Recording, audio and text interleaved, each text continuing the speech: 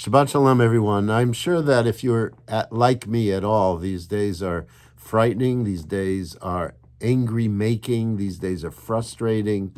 It's difficult to find places of hope, but yet we know that we need to do so. And unless we are able to deal with those feelings of sadness and insecurity and anger, they will not help us move forward, and we need to be able to move forward.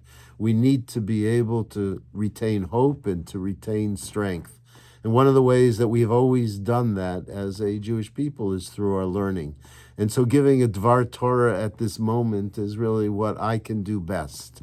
I'm not a strategic thinker. I'm not a military person. I'm not a politician. I'm a rabbi. And so I'd like to speak about this week's Parsha, Chayei Sarah. Chayei Sarah literally means the life of Sarah, and an irony is that this is the week that speaks about the death of Sarah and her burial. And something interesting happens, and that is Abraham needs to buy a plot of land to bury Sarah, or see to the acquisition of a plot of land.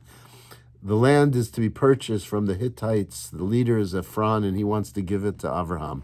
Abraham won't take it, nor will Abraham take it at a reduced rate. Abraham wants to pay full fare for that land because he wants to have real possession of that land. And ultimately, Ephron sells him that land near the cave of Machpelah, near Hebron, for a full amount.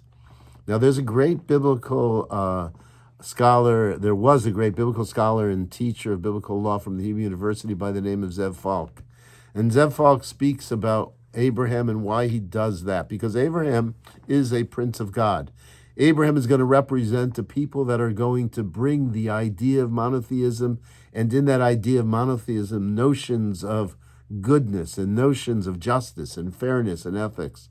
And so he asks the following question. Falk asked the following question. He said, why does Abraham do that when he has this power that is being an appointed representative of God? And he points out that it's because of Abraham's humility. Abraham continuously, over and again, as do so many of our leaders, he shows himself to be a humble person.